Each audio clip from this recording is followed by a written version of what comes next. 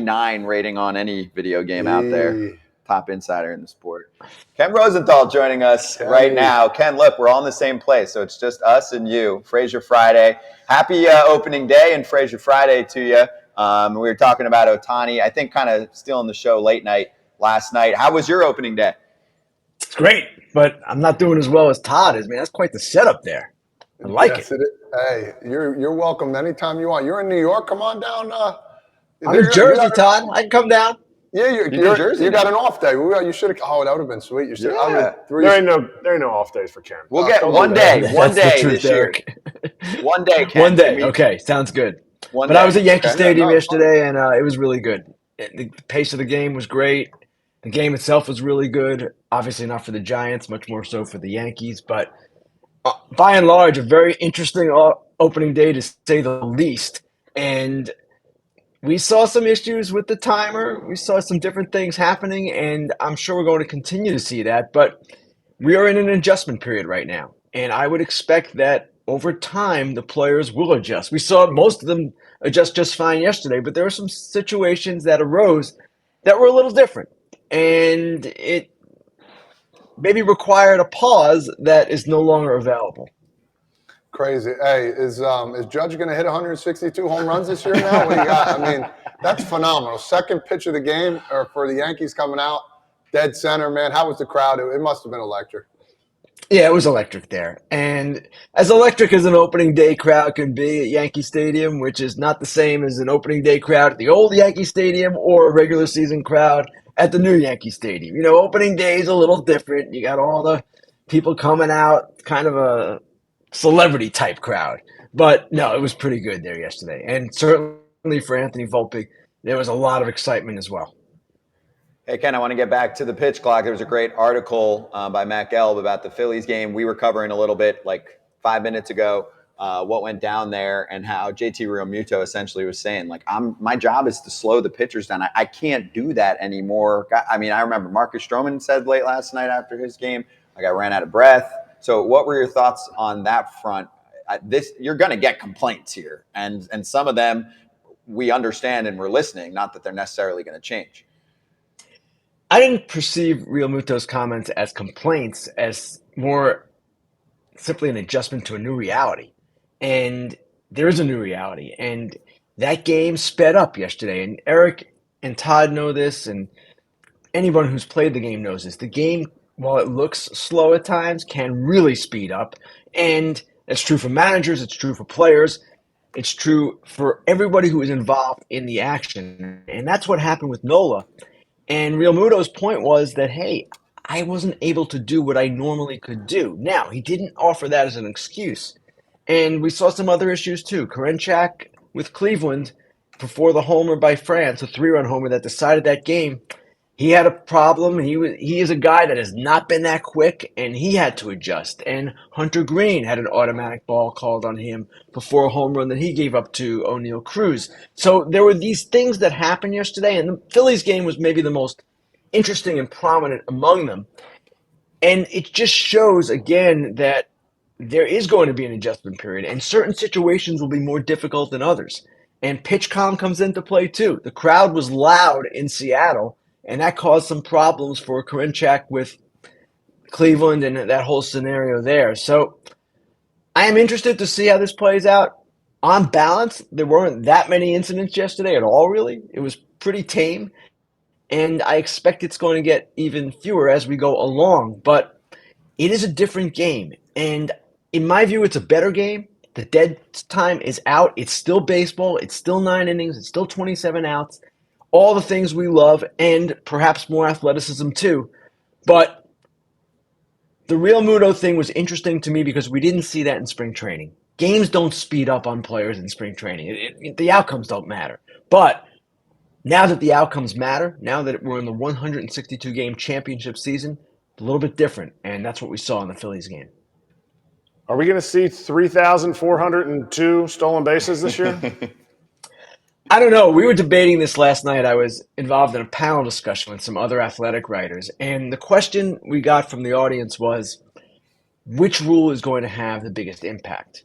And I said the bigger bases and the disengagement rule because it seems to me that stolen bases are going to go way up. Now, Eno Saris from The Athletic, who's our statistical expert, he believed that the batting average on balls in play, while not varying so much individual to individual, he believes a big jump is coming, and that will obviously have a huge effect. But Eric, to get to your question, there is no doubt that there are going to be more stolen bases, more stolen base attempts. Just look at the opening day numbers this year versus last. 21 steals yesterday, 6 steals opening day last year. Now, it's coming off a lockout last year. Maybe that had an effect, but it's a different game. And you're going to see more running, and that's a healthy thing, in my opinion. Tougher on the catchers, no doubt, but good for the game, good action.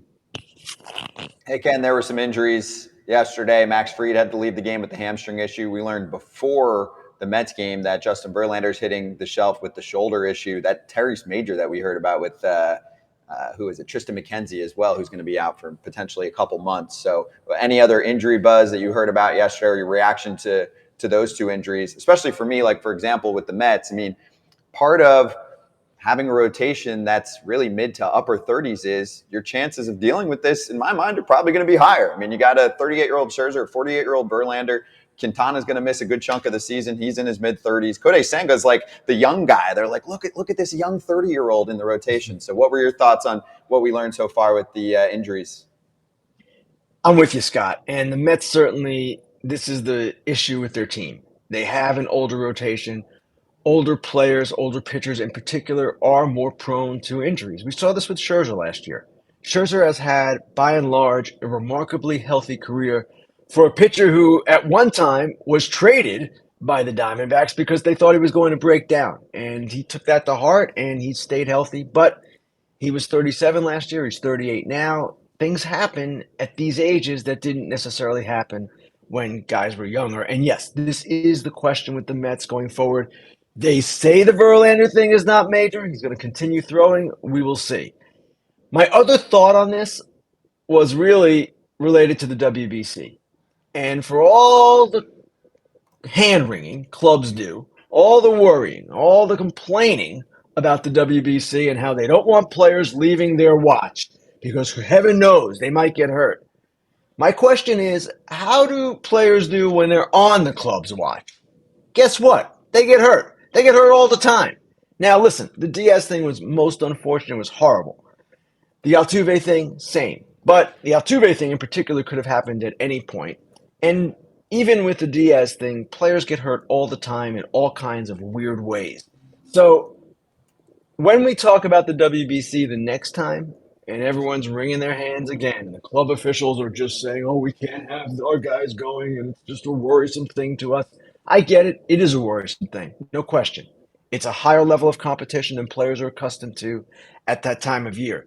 But if you're going to worry about this and you're going to make a stink about it, do a better job keeping your own guys healthy. No team does. I'm sorry. And it's just part of the game. It's just the reality that we live in. And we've gotten so much better at nutrition and training and sports medicine, every aspect of health. And yet players still get hurt because why? It's a physically straining game. Simple as that. Is there any discussions? Like, are you hearing any discussions about, like, oh, shortening spring training and, kind of like what football does? If they're complaining, oh, we don't want to send them to WBC, but now this is what we pick up, some injuries from some other guys. Are there discussions? Has that ever come up? Eric, I've never heard about a shortened spring training discussion. Obviously, last year when we had the shorter spring training, it proved that you can get ready that quickly, and it wasn't that big a deal for most players.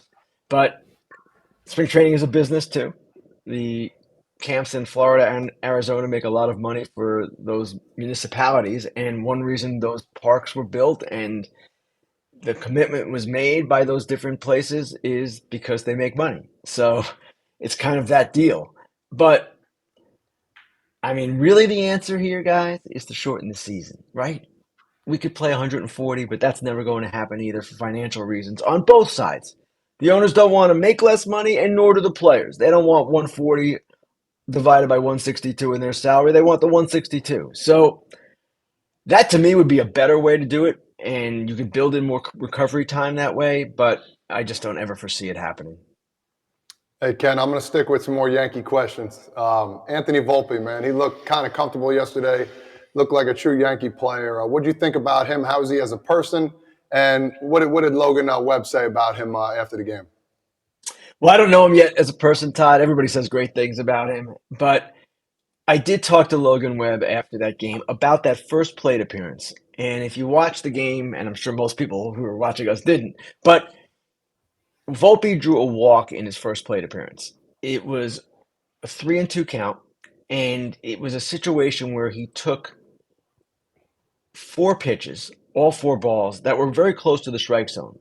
Webb was really right on the outer edge, and there was also a called strike on the outer edge as well. And on 2-2, one of the writers in the press box I was sitting with turned and said, "Oh, he's going to be swinging out of his shoes here. He's all excited. He's just going to go nuts."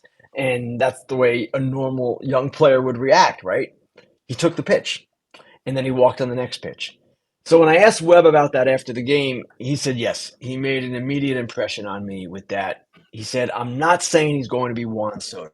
Juan Soto is a very special player with his discipline and all that. But he said Volpe is going to draw his share of walks." And it just looks like, guys, from everything we've seen so far and everything you hear from what the Yankees say, not only does he have solid physical tools, his tools aren't out of sight, but he has an instinct for the game. He works his tail off. He just seems to have a great feel. And it's going to take him a long way. Ultimately, is he going to be superstar X or a little bit below that or what? We don't know. We don't know where he's going to end up, but it seems like he is going to be a very good player. Ken, so the Yanks win, good things for them in the AL East. The Orioles win, they look good. Adley Rutschman, 5 hits. And of course, their owner really stepped up for us as well. John Angelo's given us some nice quotable content as usual. So we've got some comments to run through from him. So this is from January, quote, "I'm very transparent. I'll take you down on the 3rd floor and I'll show you the financials of the Orioles. I'll show you the governance of the Orioles. I'll show you everything you want to know." That was when he had that forum, and then reporters started asking him questions, and he was trying to say, like, this isn't the time for it, even though that's how they got the reporters. And you should Google that. There's great articles on The Athletic. Dan Connolly, who covers the Orioles. This is February. Quote, "When I say something like I'm going to sit down with you guys, explain the business from my perspective, I'm going to do it." Okay, let's fast forward again. Can we get to March now, please? Yesterday, when asked about signing young players to extensions, quote, "They're going to do what they can within the system that they're in." Does that mean extensions? Absolutely. I would hope so. But you got to go with the system you're in. It's much, 3 muches, tougher to be in the baseball system than in the football or basketball system. I feel terrible for John for owning the Baltimore Orioles, Ken. So he addressed that. And then also, of course, as he's promised 90 times to open up his books, he has not done that. And I think he actually went back at someone and said, like, "Open up your books." I think, like, your newspaper report, open up your books. He like, did. He this said needs to that. be called out.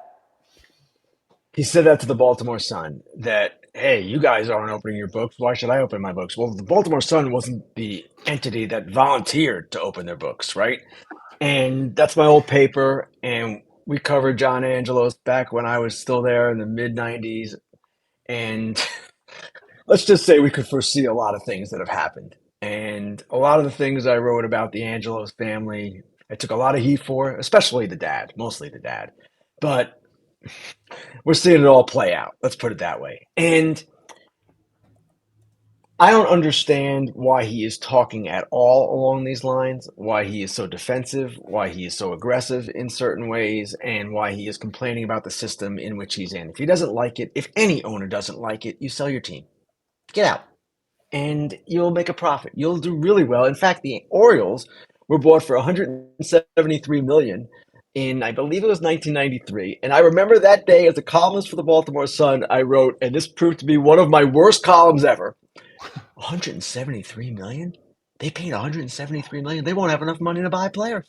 Well, now they're worth like 2 billion. So they're doing okay. Every team is doing okay, and the Orioles are doing most okay because they haven't paid players really very well for several years now. So here they are. They're in the middle of what looks like their ascent. And yesterday was a good day for them, no question. Adley Rutschman is going to be a star. Connor Henderson looks like he's going to be a star. But the owner or the president of the team, the CEO, John Angelos, he's saying these things and it does no one any good. It doesn't do his reputation any good. It doesn't make him more popular with fans when he says the Baltimore Sun should open its books. No, we all get what's going on here. So there's not much more I can say about it. There's not much more I want to say about it. I don't even know that it's really worthy of more discussion. He is who he is, and he can run his team however he sees fit. But at the same time, I believe the Baltimore Orioles are doing just fine financially, as are many, many, many other teams. Here's the key follow for me, because you're right. I mean, yeah, we can dunk on comments, but for fans, this is what's important, especially as the season is starting. Last year, team looked really good, surprisingly good. They trade off a couple of their players, a couple of their key players, basically indicating like, nah, not this year. Like, I know we're playing well, but not this year yet for us to make the playoffs because we haven't suffered enough. Now we go to the offseason. Basically didn't do anything. Now we go to this season, day one. They look good. Adley looks awesome. You have the owner the day before or on opening day basically saying like, until we're like the NBA or the NFL, then we're probably just not going to spend much. As a fan, I'm extremely heated now because I'm worried that our star players that were home growing are not going to get extended. We're not going to make major trades, especially if it's a player that costs a lot at the deadline. Like, I'm worried about the state of the team playing to its best ability because they basically said instead of being like the Astros now, we're going to try and be like the Rays, which is a completely different game plan. So is that what we should read between the lines for in this case? Scott, actually, I think you're hitting the nail on the head. And I wrote about this in spring training. At some point, it's nice to have the number one farm system. It's great to have all this young talent, and they do. They are in a great position. But to get to the next step, they're going to have to spend money at some point. Now, I thought it was going to happen this offseason as well. And they didn't really do that. As you said, they kind of just patched a little bit and did a few minor upgrades, but didn't spend in a big way. Kyle Gibson, the trade for Irvin, these are not big moves. At some point, maybe it's this deadline, they're going to be faced with a position where they've got a shot. And either in that particular time, you take that shot, you trade young talent for a high-priced player, let's say it's Corbin Burns, just as an example. Or do you sit back again and do nothing? And extensions are another part of this. Now, maybe Adley Rutschman and Gunnar Henderson don't want to sign extensions, which is their every right. But you've got to take a shot like other teams do. Look, the Guardians just did with Andres Jimenez. So that, to me, is the test for this organization. They can talk all they want and talk justifiably about where they are and how much they are on the rise and how exciting this is to have all this young talent. But there comes a threshold that you've got to cross, and it's a financial threshold. I'm not saying a set number of dollars. What I'm saying is you've got to, at some point, invest more heavily in your team to make it that much more competitive and to realize the potential of that club. Otherwise, you're wasting these guys in their affordable years. And I don't know that Orioles fans want to see that happen. So if I were an Orioles fan right now, I'd be watching very carefully to see how this team conducts itself from here going forward, and then make my judgments then. It's not as simple as saying, hey, we've got great young players. That's nice. It's good. It's really good. And they should have good young players as high as they've drafted for the past several years. But again, one more time, at some point, you've got to take the next step, and that involves spending money. Calling the San Diego Padres. Padres, this is the Orioles calling. We'd like to figure out how to run this whole baseball operation. What you're talking about is competitiveness. And I think that's all fans really want is just competitiveness. Yes. But when you go to like a product and selling a product and Art Moreno coming out and doing what with the Angels radio broadcast, like that's half your product. I don't know what radio ratings are and all that stuff, but like what is your feeling on how this is like? Are they trying to change the landscape? Do they really think this is going to like be handled well? I don't know. You're talking about the Angels, right, Eric? The Angels, yes. I'm sorry. Yeah, the Yeah. Angels not taking their radio broadcasters. Obviously, a lot of people have weighed in on this. a lot of people who work in radio and who understand what it means to be at a game, to broadcast at a game versus in a studio. They have commented and they've all been pretty unanimous saying the way the Angels are going about it isn't the best way to serve your fans. And I would imagine that, like a lot of things that kind of were outgrowths of the pandemic, they think maybe they can continue this practice and the listener is not going to know the difference. And television networks have done the same in some regards. They've taken different approaches. Now, different networks are at different places with this, but there is nothing like for a broadcaster being at the ballpark. And I'm not a play-by-play person. I'm not an analyst like AJ is for Fox, but I know in their jobs, it's really difficult to work off a monitor and it's just difficult to have the same feel. So there's not much I can say about this other than rely on the people who actually are experts, the radio people, and they say that this isn't the way to go about it. And most fans would probably agree. And the difference between a live broadcast at the park and one from a studio somewhere in LA might not be that perceptible to the average fan, but there is a difference. And if you care about quality, you care about that difference, and you want that difference not to exist.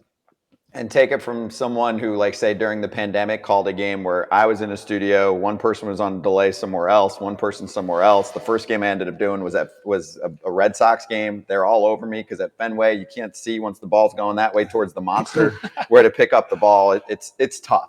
So one more Angels thought for you, because we're getting some fan questions. And of course, it's already going to fire up when Ohtani goes on the mound. He absolutely dazzles. I was even adding on he's a unicorn because he's calling his own pitches on his shoulder without even looking at the buttons like some of the guys do. I mean, just next level ridiculousness from him. 6 shutout innings, 10 strikeouts.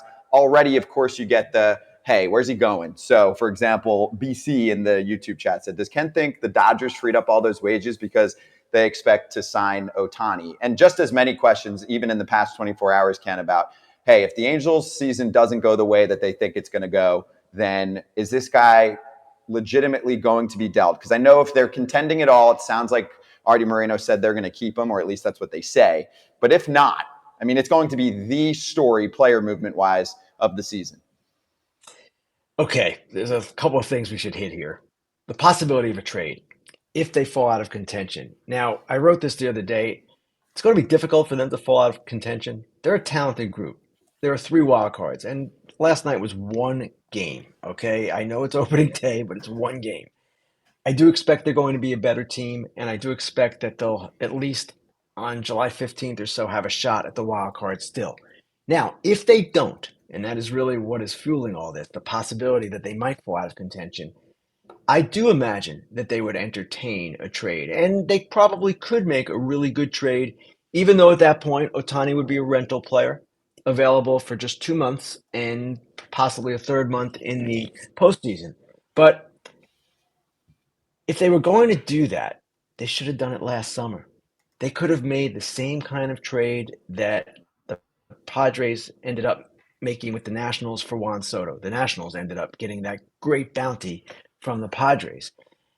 That could have been the Angels' bounty. It would have transformed them in many ways. Now, they didn't choose that course. At the time, they weren't even for sale. Then they went for sale, and then they were taken off the market. So now they are back in Artie Moreno's hands, and he may very well, if they're out of contention, say, okay, let's trade him. And they may very well do okay, but they're not going to do as well as they would have done last summer. Now, as for the Dodgers, their payroll decisions this offseason were based on a number of things. One was their uncertainty over Bauer and how much they would have to pay him.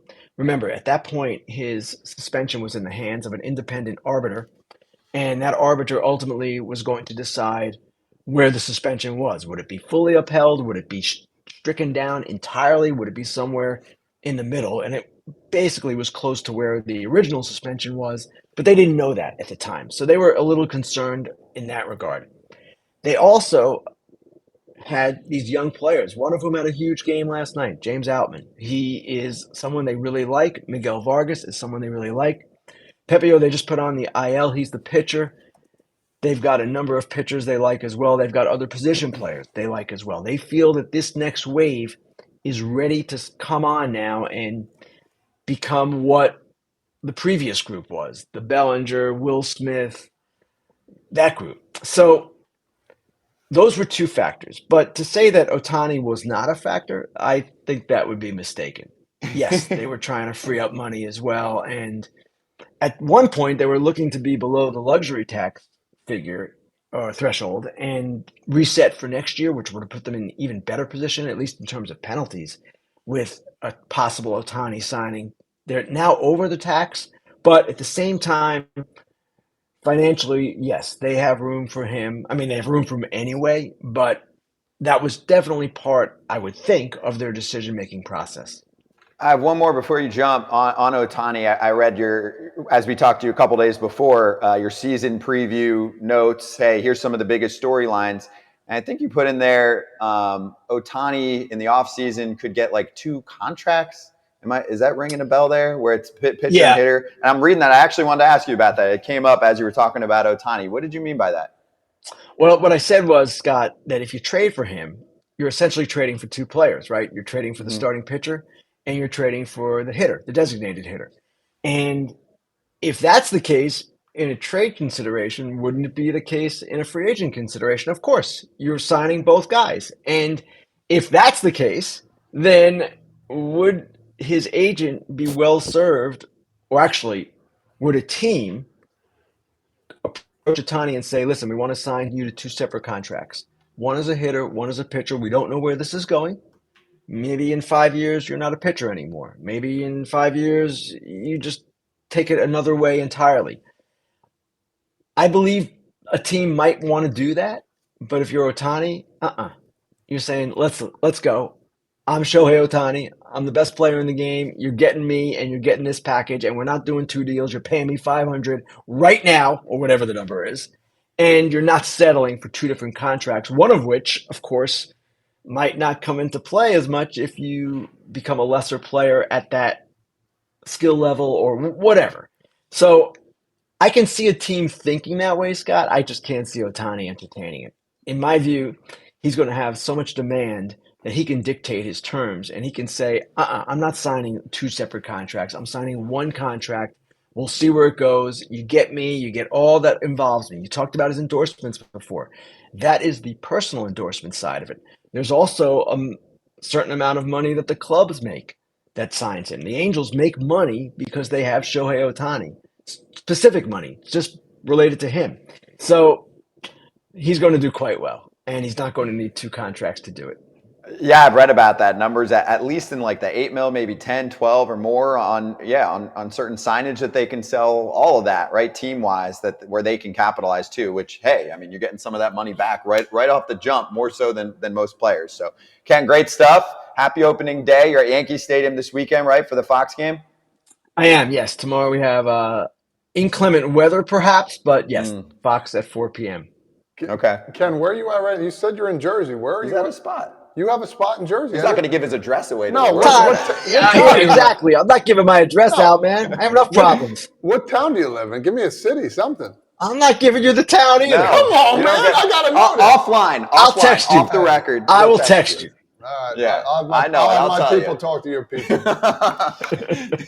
He just wants to make sure you're protected. Jersey town over here. I appreciate that, but I'm not protected if I give out my hometown on the Exactly. old airwaves here. Hey, everybody knows where I live, so I mean, might as well. Well, everyone knows where you played Little League. Exactly. Boom. Hey, Ken, awesome. We appreciate it. Happy opening day. Have fun at the game tomorrow. We'll talk to you next week.